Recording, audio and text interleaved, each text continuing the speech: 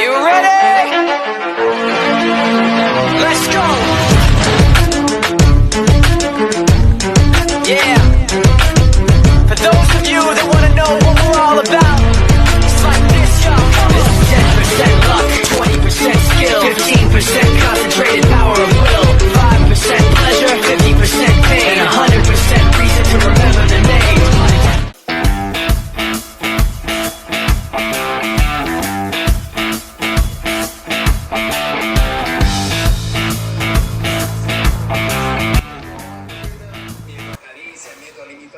Medo a uma má saúde, etc. A expressão das emoções negativas é a chave para entender o sucesso ou o fracasso. Assim que quando falamos, como já temos falado muitas vezes antes, que a única forma que podemos alcançar nosso potencial é trabalhando sobre nós mesmos continuamente para desviar a tendência para a expressão das emoções negativas. E isso nos leva a outra lei mental que é muito importante, que é chamada lei do hábito. Lembra da lei do hábito? A lei do hábito diz que se na ausência de qualquer influência externa, continuamos agindo do mesmo modo de maneira indefinida. E a expressão das emoções negativas é um hábito. A expressão das emoções negativas é a razão primária pelo qual as pessoas não podem cumprir com seu potencial. A expressão das emoções negativas é a razão... Pessoal, transmissão aí da Blazer, já embancada, para poder desmontar aí e fazer toda a manutenção. Essa caixa tá com ruído, pessoal, barulho, tá?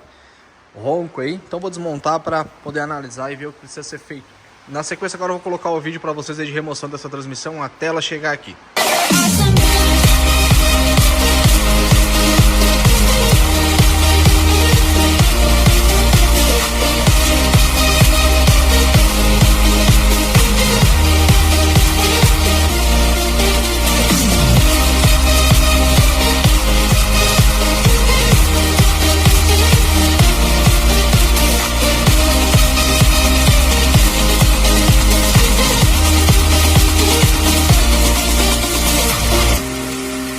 Come the sun, come the rain, and the leaves falling our way. Even if the seasons change, anxiety runs from... Bom, espero que vocês tenham gostado aí do formato de vídeo. E a oficina aí, graças a Deus, cheia, né? Chegou aí então esse Ford Cargo eletrônico, sistema de ar-condicionado elétrico, o alternador não está dando conta de suprir a demanda energética. Bom, depois eu vou analisar. O Clio aqui entrou para revisão. A gente já falou sobre isso aqui, né? E acho que sobre isso também. Mas vamos lá, foco, né? Agora eu vou desenvolver aqui um cronograma de desmontagem, passar para o quadro e seguindo as tarefas e desmontar ela.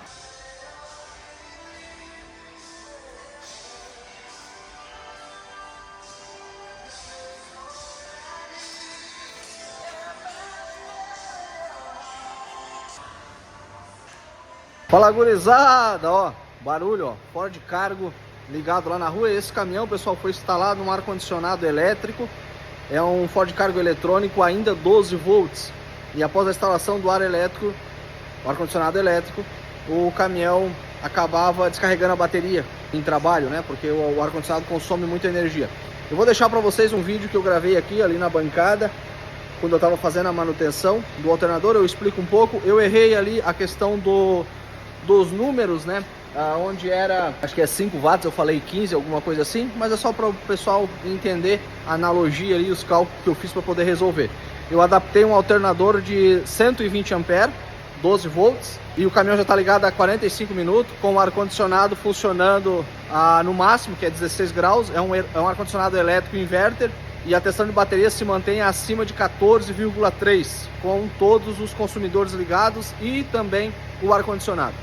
No vídeo que eu vou colocar para vocês assistir, eu falei de alguns consumidores e eu esqueci de comentar também que o caminhão tem PX. Então, eventualmente, o motorista vai ligar o rádio PX também e é mais um consumidor além do que eu comentei ali. Tá? Vou mostrar para vocês aqui a adaptação, ó. Talvez vai barulho do motor, enfim. Vou virar a câmera aqui, pessoal. Seu Antônio, então tá aqui o alternador do caminhão, ó. Esse aqui é um alternador de 90 ampere. Eu vi que vocês revisaram ele agora, eu acho, né? O rotor eu vi aqui dentro que parece que é novo, recondicionado. E esse aqui é o que eu montei, tá? É um alternador usado de 120 ampere, revisei ele todo e tá pronto para instalar lá. Só vou ter que fazer as modificações do suporte, porque os pontos aqui de fixação são diferentes. Aqui eu fiz uma conta rápida só para explicar para o senhor, tá? O alternador ali que está no seu caminhão original é de 90 A, considerando a perda de 10%, a gente tem de aproveitamento 80 A a essa RPM, não RPM de motor, tá? Giro de alternador. Como é um motor a diesel, o senhor sabe que dificilmente o motor trabalha nessa faixa de rotação, né? 3.000 giros ali já é um limite máximo, né? E não estou falando sobre motor, estou falando sobre giro de alternador, ok? O ar-condicionado ali eu estou considerando uma média de 30 A de consumo, considerando que ele deve ter aproximadamente 390 watts de potência com aplicação de 13 volts. As duas lâmpadas de farol são duas H7, 55 watts, dividido pela aplicação de 13, né? Aqui a gente vai ter um consumo de 8,4, a gente arredonda para 9 considerando a perda. Então de lâmpada, só de farol a gente tem 9 A de consumo.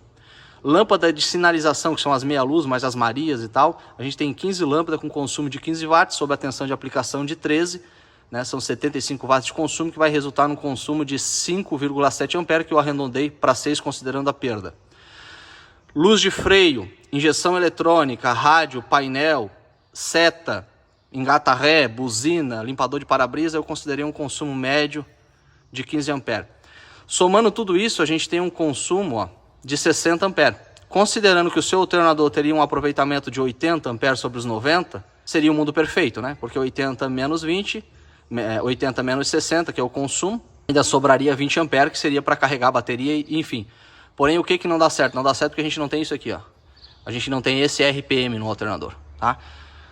Então, teoricamente, aqui é o mundo perfeito, né? Só que na prática não funciona por causa desse detalhe. Isso aqui é RPM de alternador, né? E mesmo que a gente transfira isso para RPM de um motor, também não dá certo, porque o motor a diesel nunca vai trabalhar esgoelado desse jeito, ok? Então, aqui o que eu fiz? Além de colocar um alternador de 120 A, que aí mesmo considerando a perda de 10 A, que vai para 110 A, eu ainda modifiquei a polia. Então a polia do seu alternador, ó, era uma polia de 65 milímetros, 65, e aqui tá uma polia, eu fabriquei uma polia um pouquinho menor, de 55 milímetros, tá? Então ainda agora eu consigo um alternador mais forte e eu consigo ainda um ganho de RPM, simplesmente porque eu diminuí a polia, tá? E aí com isso eu vou resolver o problema ali do seu caminhão. Porém, não é só chegar e colocar, né? Aí eu vou ter que fazer a adaptação e modificação lá do suporte, que agora é o próximo passo.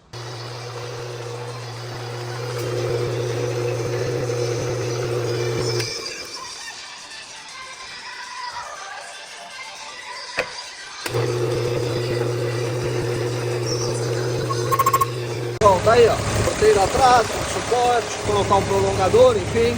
Ó, antes, pessoal, ó, com tudo ligado, ó. 12,4, né? Ou seja, não carregava nada. Eu vou desligar o caminhão ali, na sequência eu volto a falar. Pessoal, desliguei o motor agora, o ar-condicionado elétrico, ó, fica no teto. Ali tá no máximo, né, 16 graus. Ele consome bastante esses ar-condicionado, tá, turma? Então se não tiver um alternador com a demanda boa de carga, acaba descarregando a bateria, tá? Mesmo com o motor em funcionamento. Tá aí o alternador adaptado. Tive que fazer aqui, tentei fazer o mínimo possível de alteração. O suporte original ali atrás eu cortei o outro ponto de fixação, refurei e fixei aqui na parte traseira e usei o mesmo pedaço que eu cortei de lá, usei para poder fazer aqui e tal, por aí vai, né? Correia bem alinhada, fiz a adaptação da polia um pouco menor, né? Aqui embaixo só um tirante, enfim, ficou bem bacana. Não reparem na parte de fiação. E olha só, agora olha o tanto que drena da bateria, né? Lembrando, pessoal, ó, com o motor ligado antes, com o alternador que estava, mesmo o alternador carregando, ó, ele se mantinha em 12,4. Vale lembrar que uma bateria carregada, ela deve ter 12,6. Ou seja, aqui a gente já tinha uma tensão abaixo do nível de carga da bateria em perfeitas condições. Ou seja, mesmo com o motor ligado, mesmo com o alternador carregando, se a gente deixasse o carro, isso aqui ia drenando, ia para 11, né, ia diminuindo, ao ponto que quando você desligar o caminhão, não tinha mais carga na bateria. E aqui, obviamente, agora vai drenando carga, porque o ar-condicionado está sugando a energia, né, da bateria, porque o motor não está ligado. Mas é isso aí, pessoal. Resolvido. Aqui o cliente já tinha colocado uma bateria maior, tá? Essa aqui é uma bateria caixa grande. Não sei quantos amperes ela é, pessoal, mas ela é maior. Se não me fala a memória, acho que é de 180 amperes, tá? Essa bateria aqui. Original, essa caixaria normalmente é uma bateria de 150, né? Essa aqui já é uma bateria reforçada, mas mesmo assim não resolveu. Tá aí, resolvido mais um.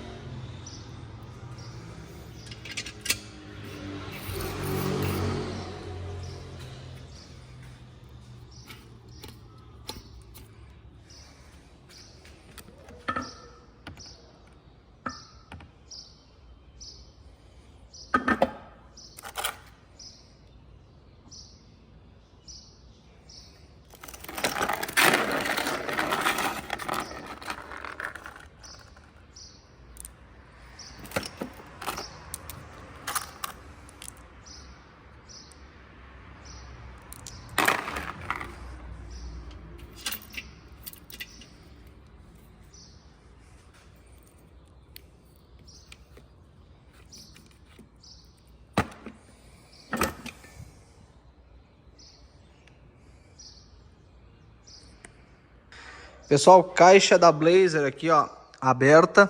E eu vou compartilhar com vocês alguns detalhes aqui sobre essa transmissão. Pessoal, esse modelo de caixa em específico é um modelo bem raro.